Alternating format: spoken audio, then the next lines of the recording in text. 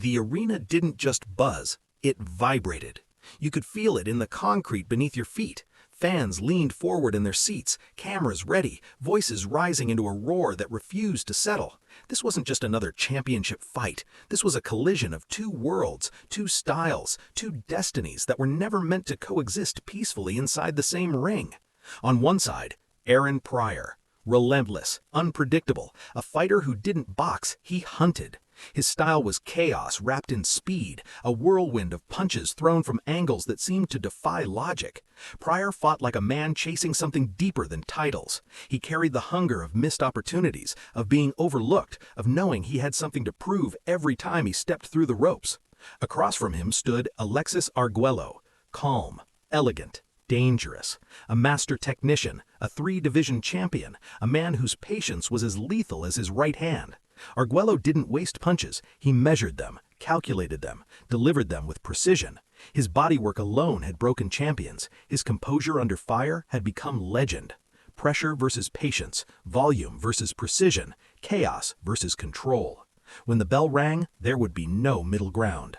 The crowd sensed it, the fighters felt it, even the air inside the arena seemed heavier, as if it understood something historic was about to unfold. 15 rounds were scheduled, but nobody believed it would last that long, because when Aaron Pryor and Alexis Arguello stepped into the ring that night, they weren't just fighting for a title. They were about to fight for immortality. The bell rang, and Aaron Pryor exploded forward like a man shot out of a cannon. No feeling out, no cautious start, just instant chaos. Pryor stormed across the ring, throwing punches in bunches, right hands, left hooks, uppercuts, forcing Alexis Arguello backward before the taller champion could even plant his feet. The crowd erupted immediately. They expected action, but not this fast. Arguello tried to stay composed, his guard tight, eyes focused. He waited for the storm to slow, but it never did. Pryor kept coming, relentless, throwing combinations from angles that made him nearly impossible to time. It was pressure in its purest form, suffocating and constant. Then, suddenly, Arguello answered. A short right hand snapped Pryor's head back. A thudding body shot followed. For a brief second, Pryor's legs dipped. The crowd gasped. Arguello had landed clean, and when Arguello landed clean, men usually went down. But Pryor didn't retreat. He stepped forward again, smiling, throwing even more punches. The two men collided in the center of the ring, trading blows in a furious exchange that felt more like round 15 than round 1. Leather cracked, sweat sprayed under the lights, neither man willing to take a backward step. Arguello's precision began to show, uppercuts slipping through Pryor's guard, but Pryor's volume overwhelmed everything. 5-punch combinations forced Arguello to the ropes. The Hawk was setting a pace few fighters in history could survive. When the bell finally sounded, both men returned to their corners breathing hard, and the crowd stood in disbelief. 1 round in, and already this fight was living up to its legend. Round 2 began with the same intensity. Pryor came forward again, but Arguello had adjusted. He began timing the rush, measuring the chaos, looking for clean counters. His jab snapped out, followed by a straight right hand that landed flush on Pryor's chin. It echoed through the arena. Pryor absorbed it, took half a step back, then charged forward again. That was the pattern. Arguello's precision against Pryor's relentless aggression.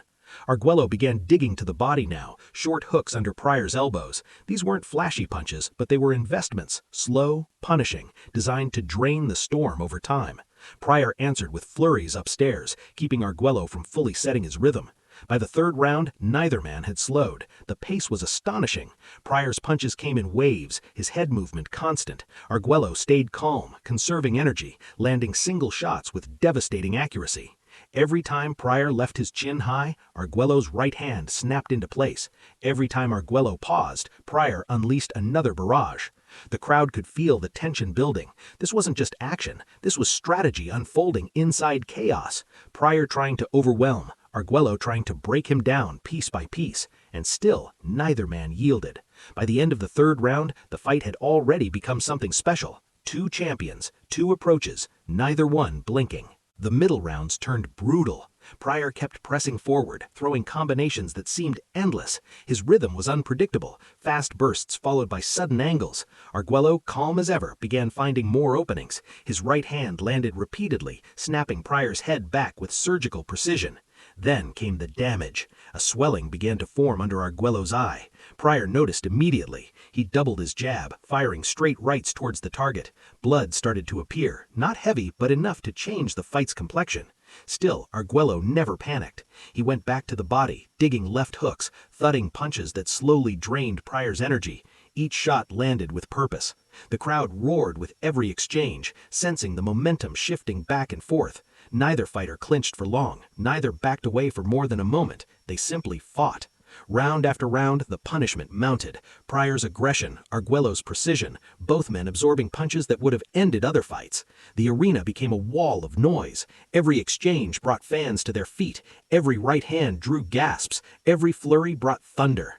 This was no longer just a championship fight. This had become a war of will. By round 8, fatigue should have appeared, but both fighters kept pushing. Arguello landed cleaner right hands, timing Pryor as the pace slowed slightly. The swelling under his eye worsened, yet he remained composed. Pryor answered with bursts of aggression, trying to seize control.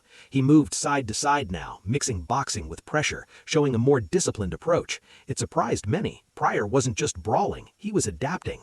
The fight tightened. Round 9 saw both men stand toe-to-toe again. Combinations from Pryor, counters from Arguello, sweat flying under the lights, the crowd roaring non-stop.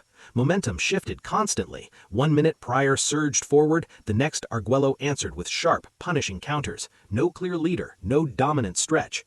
By the 10th round, it was clear. This fight would be decided by heart.